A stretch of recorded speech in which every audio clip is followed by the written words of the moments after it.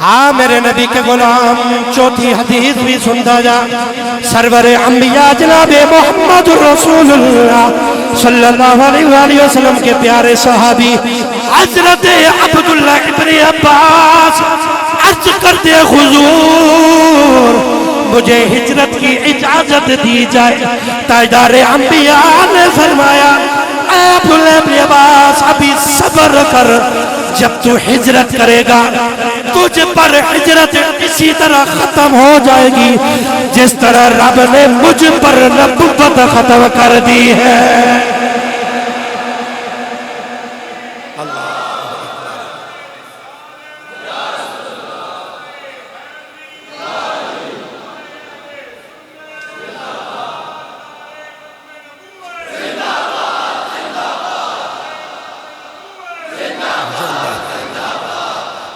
تو سمی زندہ باد جناب اللہ آپ کو برکت دے پنجویں حدیث سنان تو پہلے ایک بار دل کر دے ذرا پھر شعر سواڑی زبانی سن لے آباد عالم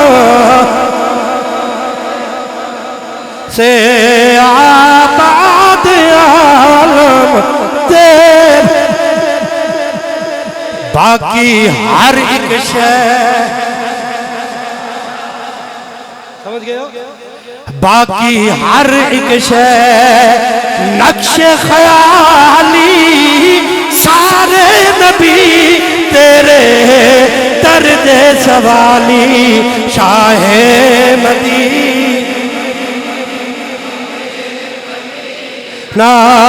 طیبہ کے والی سارے نبی تیرے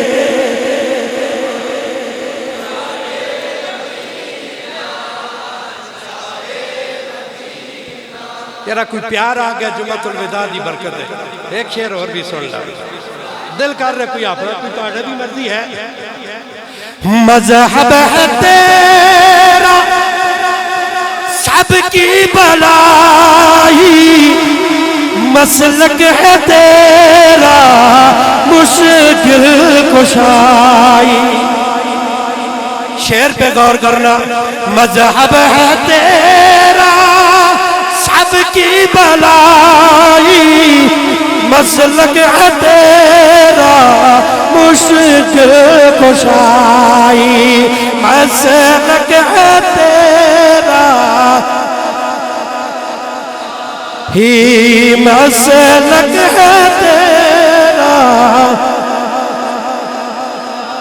ہی مسلک ہے تیرا مشکل کشائی ذرا دیکھ اپنی امت کی دیکھ اپنی امت کی یہ خستہ حالی سارے نبی تیرے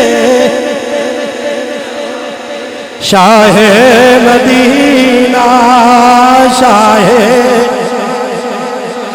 لوگوں اپنے بچوں کو یہ سمجھاؤ اور میرے نبی کے بعد نبی اعلیٰ تو دور کی بات ہے اہل ایمان کا عقیدہ تو یہ کہتا ہے کہ سارے نبی تیرے یہاں سارے نبی تیرے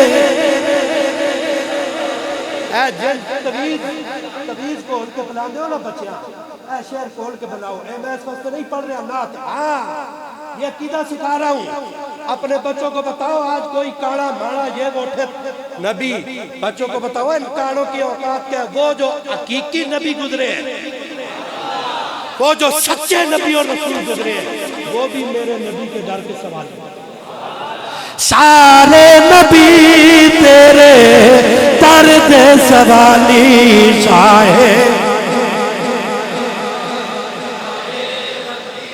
تاجدار انبیاء کی برگاہ میں مولا علی آیا کہ عرض کرتے حضور یا رسول اللہ میرے پیٹ میں یہ درد ہے توجہ رکھنا میرے نبی کے غلام، آنے والا کون ہے؟ مولا علی کی ذات۔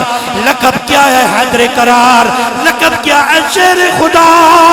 لقب کیا ہے؟ شاہ مردہ۔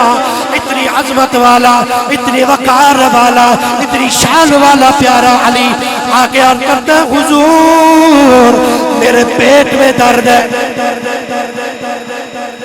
میرے آقا نے فرمایا لیٹ جا۔ میرے نبی نے اپنی چادر اتاری، آدھی چادر ڈالی علی پر، آدھی چادر ڈالی اپنے کلے پر، مل کے بولو سبحان اللہ۔ آدھی چادر ڈالی مولا علی پر، آدھی چادر ڈالی اپنے کلے پر۔ 2 رکعت نماز میرے نبی نے پڑھی، پڑھ کے میرے نبی فرمانے لگے علی اٹھ جا، علی اٹھ جا، تیرا سارا درد دور ہو گیا ہے۔ مولا علی عرض کرتے حضور میرا سارا درد دور ہو گیا۔ اب اگلا جملہ سنیے گا، تاجدار انبیاء فرمانے لگے اے علی جو کچھ میں نے اپنے رب سے اپنے لیے مانگا ہے، توجہ ہے جی، یہاں اینڈ ہو جاتا ہے خدا کی قسم بات، ٹھیک ہے؟ اگر آپ حاضر بیٹھے ہوئے یہاں پہ بات کا اینڈ ہو جاتا ہے، کسی کی مجال ہی کیا، کوئی لانتی اٹھ کے دعویٰ کرے۔ سنیے گا، تاجدار انبیاء فرمانے لگے اے علی جو کچھ میں نے رب سے اپنے لیے مانگا، علی وہی کچھ میں نے تیرے لیے بھی مانگا۔ یا رسول اللہ پھر فرمایا رب نے مجھے بھی دے دیا ہے، رب نے تجھے بھی دے دیا ہے۔ لوگوں آخری سبحان اللہ ڈیمانڈ کروں گا، ہاتھ ہر ایک نے اٹھانا ہے۔ تاجدار انبیاء فرمانے لگے اے علی میں نے رب سے جو کچھ مانگا اپنے لیے وہی مانگا تیرے لیے، رب نے مجھے بھی دے دیا، رب نے تجھے بھی دے دیا، لیکن علی ایک بات یاد رکھنا میں آخری نبی ہوں، میرے بعد نبی کوئی نہیں آئے۔